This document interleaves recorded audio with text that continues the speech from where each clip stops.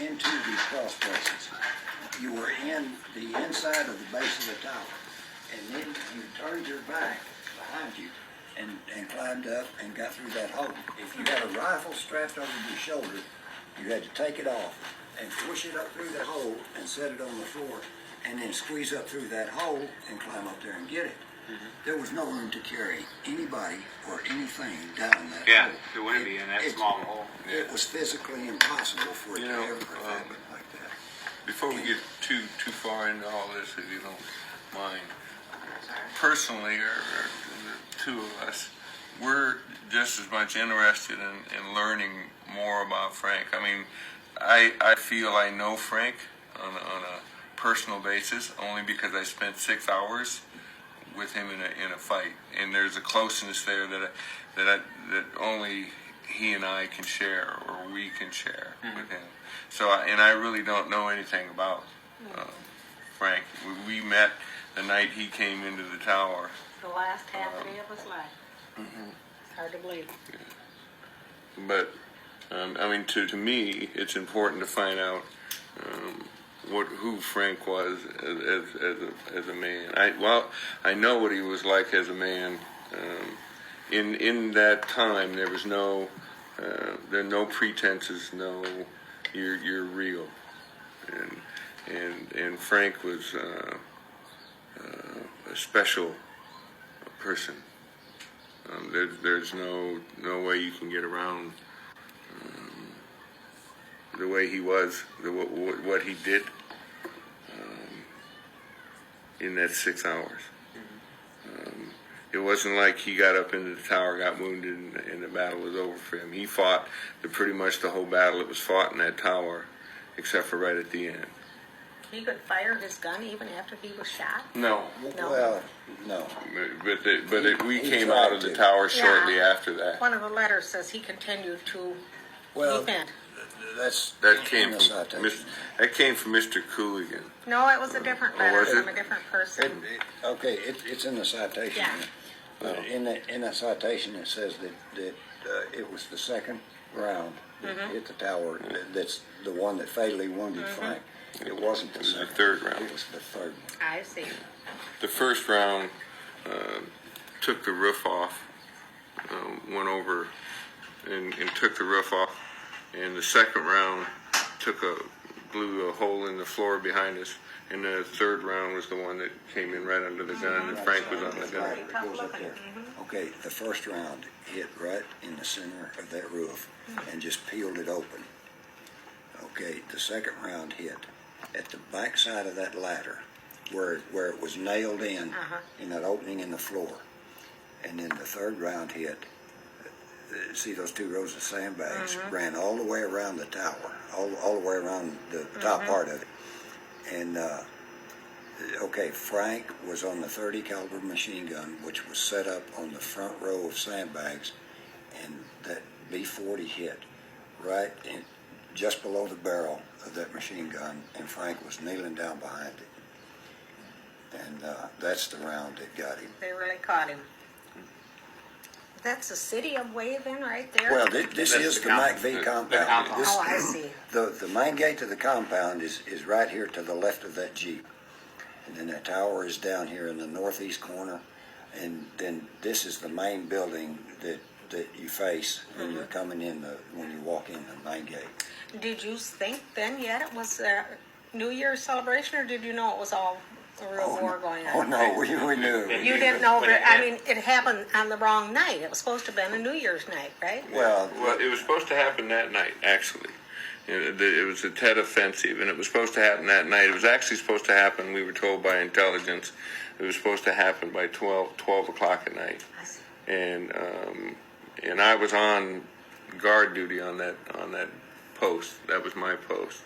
And Bob brought coffee around. He was corporal of the guard. And it was 00:15 hours. Which is 15 minutes after midnight on the 31st. And Bob said, well, I guess military intelligence got it wrong again. And I said, when don't they? And we no sooner said that, and everything lit up. And the first first rocket hit that where that house is, hit right in front of that house. Right. And we were standing on the ground. Between the main gate, which was right here, and the tower. And that's where the first round hit. And when that first round hits, you know it's not. No place. I mean, It's not a celebration. Yeah. They're And how- coming after you. How many were in the tower then, actually? There's. Well, Michael, nobody was in the tower when that round Okay, hit. that's- Because I was standing there giving Michael a cup of coffee. He was standing at the bottom of that ladder. Okay. And I was holding the coffee urn while he got a cup of coffee. He got that cup of coffee and stuck it to his lips. And while he was taking a drink of that coffee, that round hit.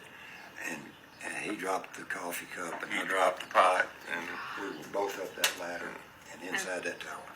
Where was Frank at this time? Well, over in on his area. this side of the compound are the barracks and stuff, and that's where Frank was. During the rocket and mortar attack, because they were still, the rockets and mortars were still falling. Frank ran across the compound and climbed up into the tower. And it was no more than 10 minutes after it had started. But he came from in the back of the compound and climbed up in there with us, told us who he was. Yeah. And then within 3 or 4 minutes of that, Bobby Holt was right behind him. And he came up there and told us who he was. Bobby was a Marine also? Yes, ma'am. Frank was the only Army person in the tower, but it didn't make any difference, that's for sure. That wasn't unusual. No, we were Marine security, but there was only 12 of us, and we were in charge of the security for the compound. So for the Marines to be on most of the bunkers, at least one Marine, it was normal, and the Marine was in charge of whatever the fields of fire that needed to be taken care of, or whatever, regardless of what their rank was. Marine security had say so over you fire here, you fire there, whatever, putting the fields of fires where they needed to be. The Army personnel that were on the compound that were stationed there, all of them were assigned different bunkers. Frank was assigned the tower, and we never knew who was assigned to what bunker. They just showed up, and then we said, fire out of this hole. Frank was a radio man, right? As far as I know. Yeah. We really don't know. We don't know. When he got up into that tower, he was in infantry.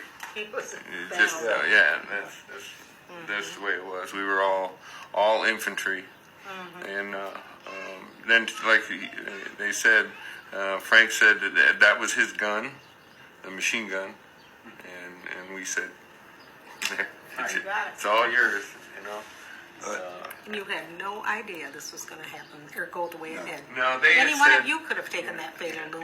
yeah, they said that they had said several times that we were going to be hit that night or whatever through the years that I'd been there, and it had never happened. Other than the few times you saw the mortar rounds. But this is the first time that they ever hit any of the cities by ground. Oh, really? Ground. Yeah, any major ground forces. Yeah. Well, this I mean, little, 4 battalions hit that city at one time. this little Quake guy, his parents were killed that same night? Well, we're And he not didn't sure. know. You guys have the letter. I'm sure that'll come out. Yeah. And he I had to dig their graves because there was nobody else to do it. It had to be a terrible thing for him. He wasn't very old at the time. There's a little boy that Frank Frank had was a friend of. befriended, a Viet Cong or Vietnamese that Frank had befriended, and my grandma We sent clothes over. had sent clothes over and stuff like that, and then His whole family took Frank in. Frank actually stayed with them on his free time. yeah, And some he of the loved it. pictures in that album are Yeah, ones that with them. letter or a story he wrote, Frank would pick him up in his Jeep, and he just loved, Frank was his big friend. And he had no idea anything happened to Frank till he got in the United States and was looking for Yeah, him. 94. He did. 17 years later, he found out that he was killed the same day his folks was. Okay. They had no clue. Do you still know how to get in touch with him? No, I did, but Mary Smith doesn't return my calls when I leave a message. But there's Yeah, somebody 'cause that he knows came more about in computers. '94. I think he came to the United States with his To family. Tennessee. And he immigrated Then he or went whatever. to Everett, And he Washington. contacted us because he was trying to locate Frank, and Frank had told him all about the farm, and was gonna and told me to help him if he could ever get to America. So he was looking for He wanted Frank help. for help, and he wanted to actually come work on the farm and stuff. And then we had to tell him that Frank had died in the war, and that's when he said he had buried his parents, and him and his brother, I think, or one of his siblings were He went- orphans then.